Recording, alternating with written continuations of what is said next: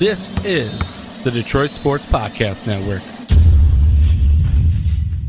And welcome in, folks, to another edition of Open Mic Night. I am your host, Noah Taluki, and on today's episode, it's all Lions talk as they have now won 5 of the last 6 games. This team started out 1-6.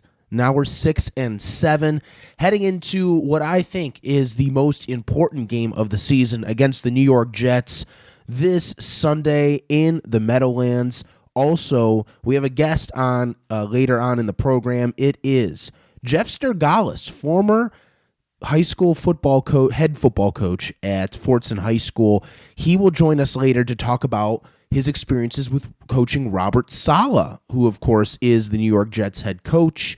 And, of course, Saleh is a Dearborn native, went to Fordson High School. So we'll get to hear a little bit more about Robert Saleh and Coach Jeff Stergalas' experiences coaching him just ahead of the Jets game against the Lions this Sunday. But hopefully everybody has had a great last 2 weeks. I wanted to record last week, but I was a little bit under the weather, so decided to do it here on a Saturday morning when I've had a little bit of time as well. But I gotta say, I don't know if I've been more proud of a Lions team than I've had in my entire Lions fandom, which starts back at 2009 officially. I don't know if I've ever been more proud of a Lions team than right now.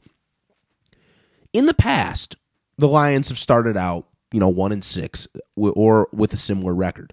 But the fact that the Lions have now won 5 of their last 6 games really should have been 6. I mean they were this close to beating the Buffalo Bills on Thanksgiving. You think about all that and what this team has had to persevere through. It is an absolute work of art. It is absolutely stunning what Dan Campbell and company and what they've done to turn this thing around. The last loss that they had before Buffalo was Miami. Then remember, they went on that 3-game winning streak. They beat Green Bay 15-9 at home. Then they beat Chicago, which is a really, really hard-fought road victory, 31-30. And then they go in and beat the Giants in New York by a decent margin, a team with a winning record. And I'm thinking to myself, once they won that Giants game, I thought, okay, this something special is going on. So then when they lost to the Bills, I thought, well, okay, this better not be the game that ruins the season. The Lions definitely have a lot more football left, a lot more meaningful football left. One loss to a very good Bills team should not ruin the season. And 2 weeks ago, they went out and destroyed Jacksonville 40-14. I mean, that was a big boy NFL win, and the Lions don't get too many big boy NFL wins. That was a big boy NFL win. You don't get many games that are you win by 20 or more points in this league. That's just not how it happens. And then last week, they were actually favored by 1 against the Vikings, and the Vikings, if they would have won, they would have won the division. It's a hat and T-shirt game, as some coaches call, and the Lions just spoiled their party. They spoiled the Vikings' chance at clinching the NFC North in that game. They won that 34-23, and I got to say, you know what? There were some holes, and I think the game it's kind of obvious that the defense isn't 100% there. Especially they kind of really fix their passing game. I mean, Kirk Cousins threw for 394 yards, and Justin Jefferson, I mean, he went off 11 catches, 223 yards. But, I mean, regardless of all of that, I mean, they still ended up winning this game by, 11 points. I mean, I just got to say, too, the Jared Goff is another guy that really deserves a lot of credit, because this is a guy that, as soon as he was traded to the Lions, everyone thought that this guy was just going to be here for a hot second. Just a couple years, a bridge quarterback between Matthew Stafford and whoever the heck the Lions were going to draft. But I got to say it, folks.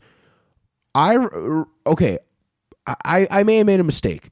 A long time ago, I kept telling you guys, Jared Goff could be second half MVP, and I still would not want him in Detroit. Guys, I don't like to flip-flop my opinion a lot. I don't. But I just really feel that Goff is going to be the guy next year. I mean, I really do. When you look at how well he's been playing the last 5-6 games, I mean, he put on a really good performance. A 120.7 quarterback rating against the Vikings, 330 yards, 3 touchdowns, no turnovers. That's the important thing about Goff, too. He has not been turning the ball over. So Jared Goff, I think it's kind of obvious at this stage of his career that he is more of a game manager-like quarterback. And I think in the NFL, especially for what the Lions are building, I think you can still win with a guy like Jared Goff. I really do.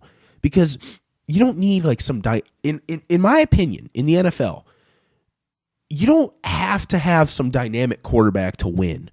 Now, of course, a dynamic quarterback helps. Don't get me wrong, but a guy like Jared Goff, who is just, I could tell he is a great fit for this Ben Johnson offense. I mean, the Ben Johnson offense is not really taking a lot of deep shots downfield.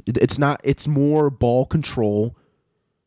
But it's smart ball control though. It's not too conservative. It's not one of those things, but it's one of those things where, it's a diversified offense. If one game the running game's working, he's going to stick with that. If one game the passing game's working, he's going to stick with that. I mean, the Lions ran for 134 yards against the Vikings, but I mean the best ball carrier all game was C.J. Moore, and it was a 42-yard fake punt. Which, by the way, was very risky, but luckily they were still able to get that. I mean, Jamal Williams only ran for 37 yards on 16 carries, 2.3 yards a carry. I mean, it just seems like, at least from Jamal's perspective, the running game wasn't really working. I mean, they averaged 4.5 yards a carry, but I think a lot of that had to do with the fact that C.J. Moore ripped off a 42-yard run on a fake punt. DeAndre Swift, only 6 carries for 21 yards. See, the other thing about DeAndre Swift, and this is what I like about Ben Johnson's offense. I think Ben Johnson has kind of figured out what everyone's role is, and that includes DeAndre Swift. I think what DeAndre Swift's role now is a little bit more like Tony Pollard with the Cowboys. Now, Pollard is more of the backup to Ezekiel Elliott. Zeke is more of the power runner, just like Jamal Williams is. But Swift's role now is more of a scat back. So he's a guy that's kind of sprinkled in the run game now. You might get him a look or two on the outside in the pass game, but I just think that, and this is just my opinion, but I think the Lions have kind of realized that DeAndre Swift is injury prone if he is the number one running back. He's taken a lot of beating in that position.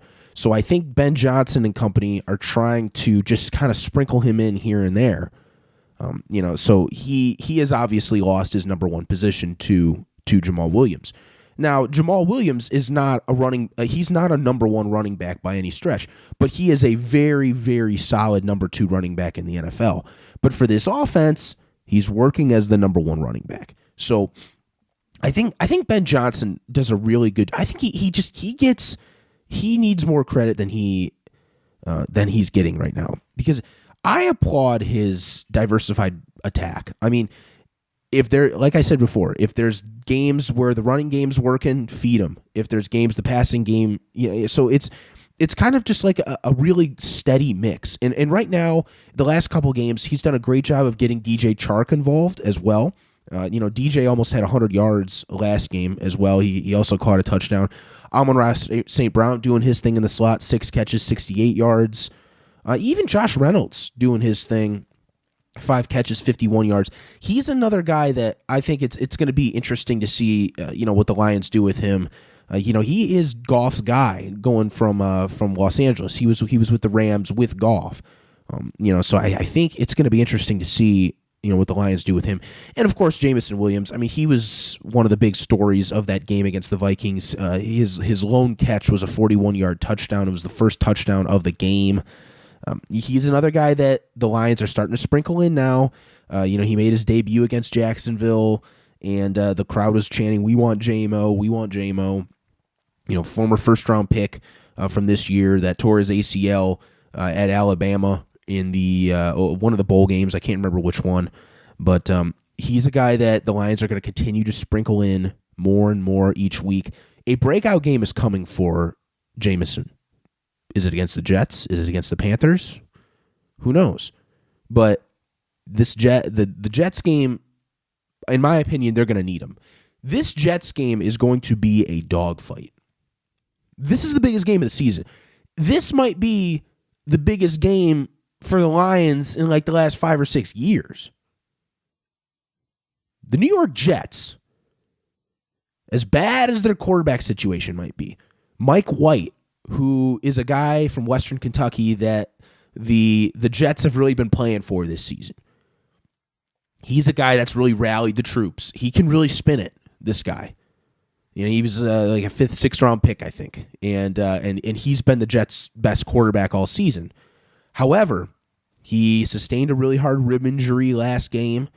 And the Jets' doctors have not cleared him to play. So Zach Wilson is going to start at quarterback for the Jets. And, I got to say, I actually went back and watched a couple of draft videos on Zach Wilson. And, I just thought to myself, like, why is this guy the number 2 overall pick? What were the reasons? Oh, the reasons were that he flashed his arm. He could really, he was creative on the run. He could really make those throws. But there was a lot of weaknesses that were in his game, especially one of the big ones was when he faced pressure, he just kind of let the ball go and see what happens. He was never one of those guys to just take a sack on first down, or he just kind of threw the ball up when pressure was in his face. That was a big weakness. I remember in a couple of the videos I saw. But it just seems like it just hasn't worked out. There might be some maturity issues as well with Zach Wilson. I know a couple weeks ago when he started, he didn't really put the loss on himself. I think it was against the Patriots.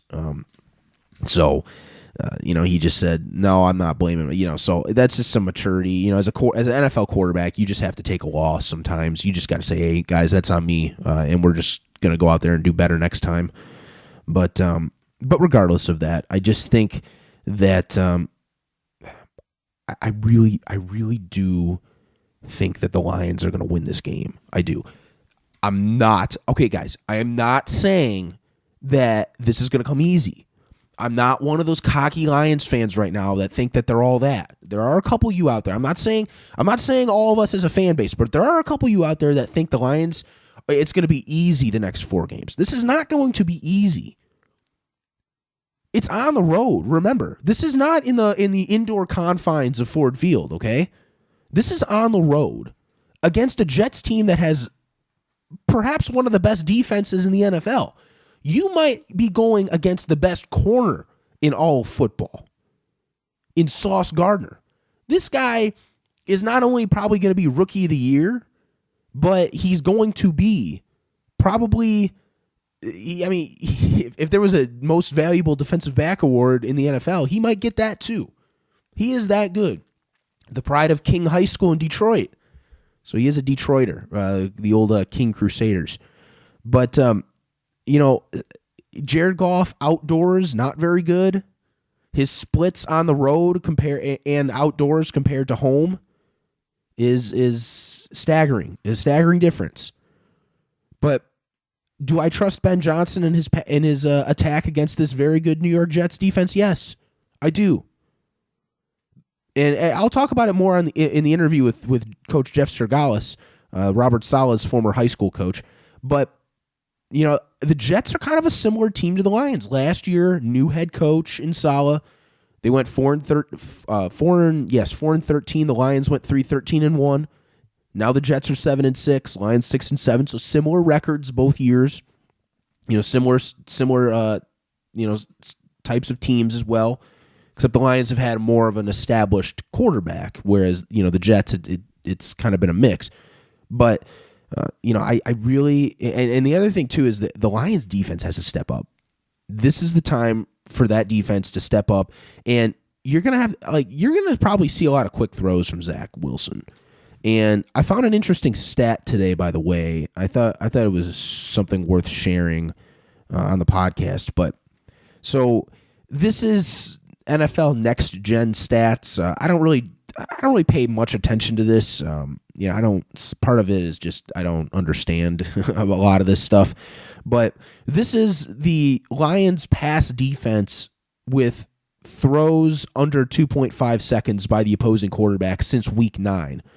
So the EPA, I don't know what that means, and I wish I could get that to you, but that's a plus 15.2. That's number 1 in the NFL. QBR, so that's quarterback rating. I think that's what ESPN, that's their formula. It's different than the standard quarterback rating, but that's a 19. That's also first in the NFL. Yards per attempt. Only 4 yards per attempt from opposing quarterbacks with throws under 2.5 seconds. That's also tops in the NFL. So you assume Zach Wilson, because that's kind of his game, is to have some of these quick throws. So the fact that the Lions since week 9 have really stepped up against QBs that have throws under 2.5 seconds, and that's a good sign. That's a good sign. I'm telling you, Lions fans, though, do not be cocky, though. You can have hope. I have hope. Don't get me wrong, but I would not say I'm one of those cocky Lions fans right now that thinks Lions are easily going to run the table. If the Lions, I will say this, though. If the Lions beat the Jets this weekend, I think they can win the rest of their games. I'm going to say it. I know and I'm not trying to get ahead of myself, but I know next week Carolina is surprisingly, and this is just crazy how the NFL is this year, but the Panthers are fighting for the division lead in the NFC South. They're up for grabs with Tampa. It's crazy. So even a team with I think they have like a 4-8 record, they're still fighting for first. So they're going to be fighting. The Bears, they're out of it. That's the next week at Ford Field. They're out of it. But you have arguably one of the best running quarterbacks in the NFL right now in Justin Fields. The Lions have kind of struggled this year containing running quarterbacks. And then you get Green Bay, which you never know. Rodgers could be checked out. That whole team could be checked out by that game. And that's going to be a must-win game, of course, for the Lions. But so if the Lions win out, they're 10-7. And I think they're making the playoffs. Thursday night, the 49ers beat the Seahawks. That was a really important game for the Lions because if the Seahawks lost, that moved them down to 7-7. Now they're out of the playoffs as of now. So now the Lions are 1.5 games away from that 7 spot. And Washington plays the Giants this week on Sunday Night Football. That's going to be a big game because whoever wins that game is probably getting in the playoffs. Whoever loses might be out. So I can't remember the last time that I was really seriously considering playoff implications for this Lions team in December. Meaningful December football. If Dan Campbell wins this game against the Jets as well, he should be coach of the year. I'm sorry, Nick Sirianni. I know you're a Mount Union guy, but he don't get me wrong. The Eagles have had a great year, but I mean, how many teams go from 1-6 to possible playoff team just like that? I'm telling you, coach of the year, Dan Campbell, if he wins against the Jets. Oh man, I mean it just gives me goosebumps right now. And it makes me so proud of what this Lions team has done. For a long time, I've been waiting. I've been waiting for hope with this Lions team. I didn't get it with Matt Patricia. I didn't get it at the end of Jim Caldwell's career. I didn't really get it last year until the end of the season when I was a little bit more hopeful going into year 2. Now, I don't know what adjustments Dan Campbell made. I think part of it is just more of a balanced offense. I think part of it, too, is Dan Campbell doesn't get as aggressive as he used to be. You don't see Dan Campbell going for it on 4th and 9 at the Patriot 32-yard line. You don't see that happening anymore. Dan Campbell, he's more like, okay, let's just take the field goal here. We don't have to go for it on 4th down deep in their own territory every single time. Let's take the points. I think part of it too has been Dan Campbell because of how less aggressive he is and more conservative he is as a head coach. I think he's gotten a better sense of when to use the timeouts and all that other stuff as well. I know there was the gaffe in Buffalo where he mismanaged the clock. I get that, but overall in this streak of 5 of 6 wins, I think that's part of it as well. And it's funny too because the Lions trade T.J. Hawkinson. They win 5 of 6 games. They fire Aubrey Pleasant, the defensive backs coach. Won 5 of 6 games. It's even funnier is so on ESPN, Peyton and Eli Manning. They have this different series called Peyton's Places and Eli's Places, and basically what they do is they go out and it's just kind of like a little history of the NFL show. They're like 20-minute episodes on ESPN, and Peyton did one on the curse of Bobby Lane, of course, and as Lions fans, we don't need to revisit what that is, but he did something with Jeff Daniels, who of course is a Michigander and a very ardent Lions fan, and they did something at Ford Field where it was like you get rid of the curse. Like there's a way to get rid of a curse, and they like filled a bathtub with hot water, and they put, I can't remember what they put inside the bathtub, but it was something like maybe like salt, or it was like some cure for a curse. And ever since that episode aired, the Lions have won 5 of 6 games.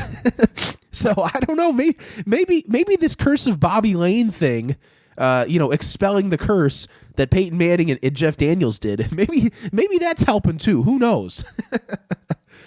But by the way, speaking of Dan Campbell too, did you hear? I wonder if anyone heard out there.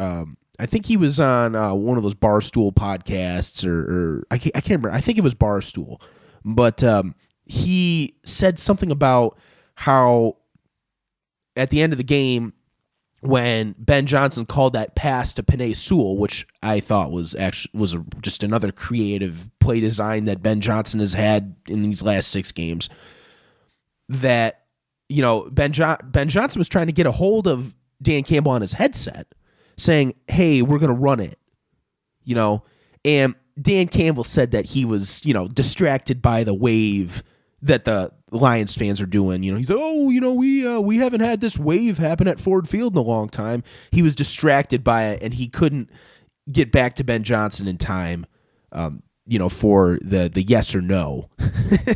I think that's a bunch of BS. I think Dan Campbell, he is really good with the media. He's really good with putting on a little show. I think that was just for the cameras. Guys, don't worry. I don't think Dan Campbell was distracted at all by the wave at Ford Field. I just thought it was funny when he said that, because when I first heard that, I was like, there is no way that as an NFL head coach you are distracted that much by something going on in the crowd. No way. I think he was just putting on a show. That's just my opinion, but I just thought it was funny. Coming up next, we have our interview with Jeff Stergalas, Robert Saleh's former high school football coach at Fordson High School here in Dearborn. Don't want to miss this one, folks. Only on Open Mic Night. And joining us now here on the Open Mic Night podcast is Jeff Stergalas, former head football coach at Fordson High School, and was the head football coach for Robert Saleh, the current New York Jets head coach, who the Lions are playing on Sunday. Coach, thank you so much for joining us. Really appreciate it. Sure. Pleasure. So I just want to know, what, like I mentioned before, you were the high school coach for Coach Robert Saleh. What's your relationship been like with him even to this day? Well, as you know, he's a busy guy. Typically, we'll correspond through text about once a week. Typically, it's after the game or Monday after the game. We'll communicate a little bit there, but I don't really want to bother him during his time. That I know he's a busy guy right now. So, but we do communicate. When did you know that he wanted to be an NFL head coach? Exactly. Well, the story starts back when he was graduated from Northern Michigan and was in the business world, and he decided he wanted to coach. And the selfish part of me thought, well, hey, he wants to come help us at Fordson. Well, through our conversation that day, it wasn't that. He wanted to get into college coaching. And we talked about what it would take for him to do that, the GA route and such. And once he got going, I knew that it was the sky was the limit. I knew that once he decided what level he wanted to be, he was gonna achieve that. Did I think his head coaching would come so quick? Probably not, but that you have to know about Robert. Once he goes full tilt, and he's going to get what he wants, one way or another. So, what made him want to leave the business world and enter coaching? Well, Robert is a very family-oriented guy, and the story is that during 9/11, his older brother David, who he had coached at Fordson as well, was involved. He was in the World Trade Center, and luckily was able to get out alive. And that was a very emotional time for Robert. And he, at that point, I believe he realized that life is too short and you got to do what you want to do and get the most out of it. And that week he called me and told me he wanted to coach, and we got the wheels rolling. And that's that. Did you ever, so you were the one who inspired him to, continue on the coaching route? No, I don't know that I did that, but I was able to, through connections, be able to get him into the GA world and was able to give him the insight on what a GA is going to be, especially a new GA. And that was, I told him flat out, I said, you better learn how to make coffee and run a copy machine, because you're going to be doing a lot of that. So, and he took it on. So, what was Robert like as a high school player at Fordson? Oh, he was a very good football player on a very good football team. We had several good players that year, his senior year, and other, going into his senior year. He played tight end for us, and we again were a very run-oriented offense. He was a heck of a blocker, and when we wanted to throw short routes to him, he was a great target because he is a big guy, and he also played defensive tackle for us. And again, he was a good player on a good team. So, and he continued that in college as well. I'm just curious, because I played in the old Downriver Junior Football League back in the day with Grosse Seal. Did he play for like Dearborn Silver, Dearborn Blue, one of those teams, or the Tractors? I believe back when he was in the Little League program, I believe he was probably too big to play. So he played middle school, and did well. Right. Yeah, because the weight with the weight limit. He was a big kid. Right. So I just want to know too. He worked like you mentioned. He did work his way up to the coaching ranks. Defensive intern for a little bit. Was in the college ranks. Went to the NFL with the Texans, and then went to some other places before landing with the Jets. So how do you think his experiences with all of these different NFL teams and all these different positions and a little bit in college as well, how do you think that has all helped him to where he's gotten to now? Well, Robert is a very intelligent young man. He would, anything that was, he was taught, he would remember. And, through the travels, he's worked with some great people. He's worked with, Mark Richt. He's worked with, Brian Kelly. I mean, he's worked with some great football people, and I think the biggest thing, his biggest break as far as learning football, in my opinion, was probably working with the Seattle Seahawks, where he worked with Kenny Norton Jr. And he talks highly of him, and that I think was his big influence on learning the pro football game. I really do, in my opinion. Well, because that was when the Legion of Boom was really popular in Seattle as well. So the defense. Yeah. But you mentioned he played tight end, in high school and in college at Northern Michigan and all that. But what was it that he transitioned more into a defensive coach? More defensive minded. Well, I don't know if you know anything about Fordson High School, but in those days and even now, it was always defense first. And I'd like to think that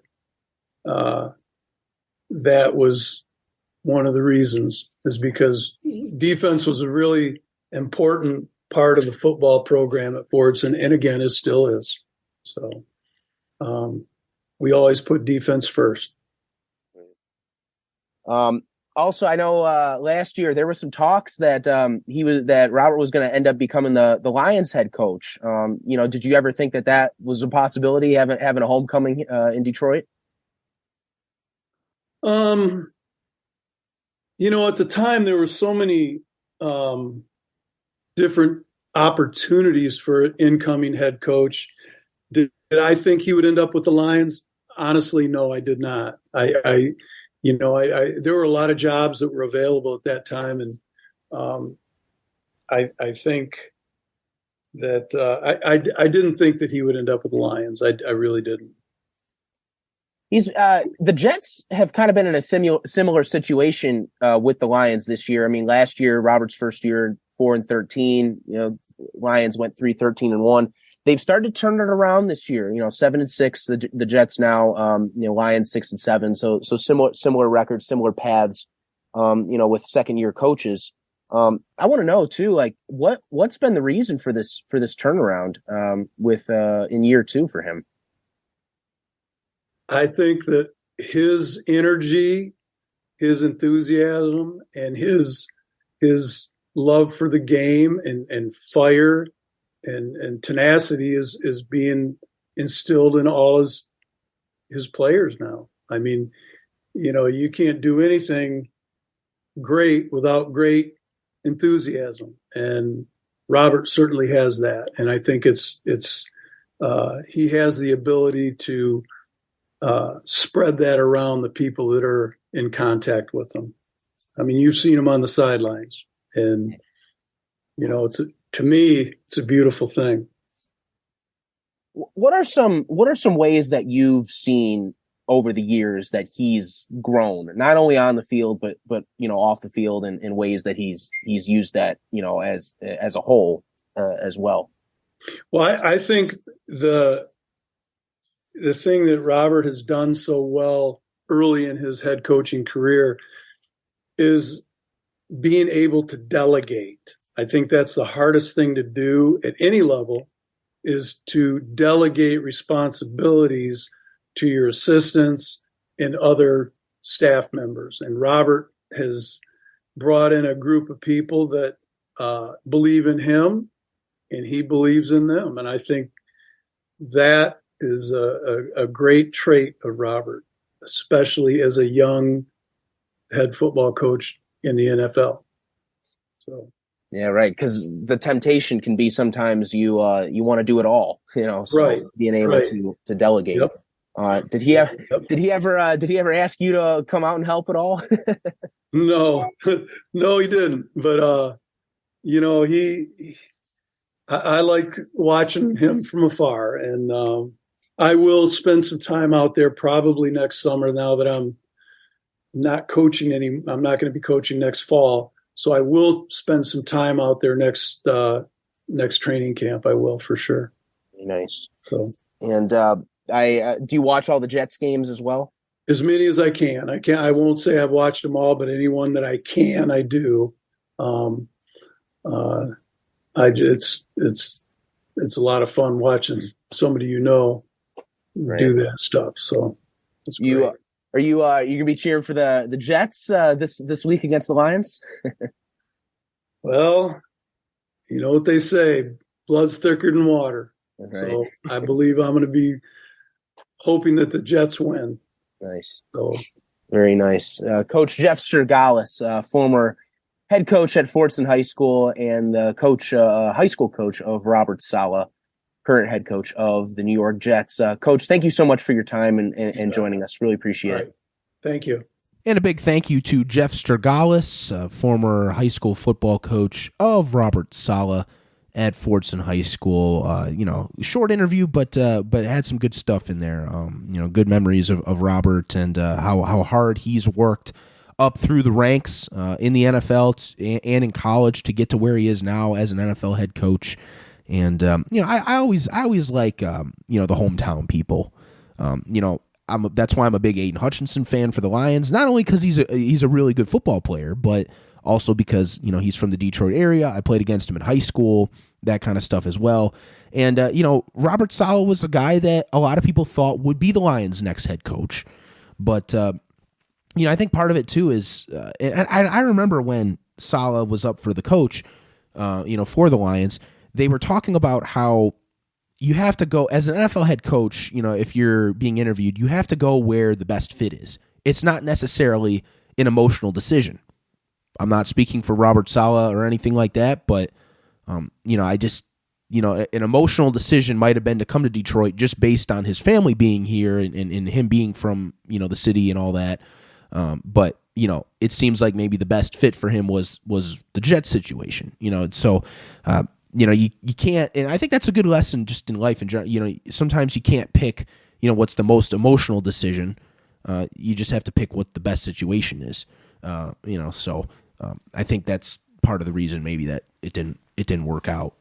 Because I believe he did interview with the Lions, at least interview, but there was a lot of rumors swirling around that he would, get the Lions job. But big game Sunday at 1:00. I believe Ian Eagle is calling the game. He's one of my favorite broadcasters on CBS. He actually had a really good interview with our good friend Matt Derry on the Locked On Lions podcast that aired yesterday. So go check that out on Locked On Lions. Matt Derry, a big supporter of the Open Mic Night podcast as well. And I do the same with all of his Locked On Lions content every day. The latest Lions news and some really good interviews.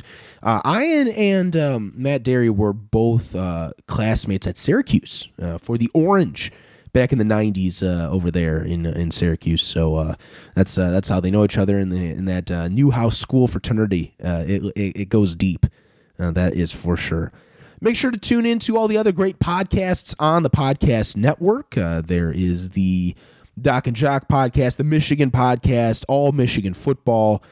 Big one against TCU. We'll be talking about that later on. Don't worry, we will get to Michigan and their Big Ten championship win over Purdue, of course, a couple weeks ago, and the wrestling podcast and the Fan Report podcast as well. All great podcasts here on the Detroit Sports Podcast Network. Go Lions, folks. Have to say it. Make sure to tune in next week for a special edition. Hopefully after a Lions win. That's for sure. Thanks again, folks, for tuning in. And make sure to tune in next week only on Open Mic Night.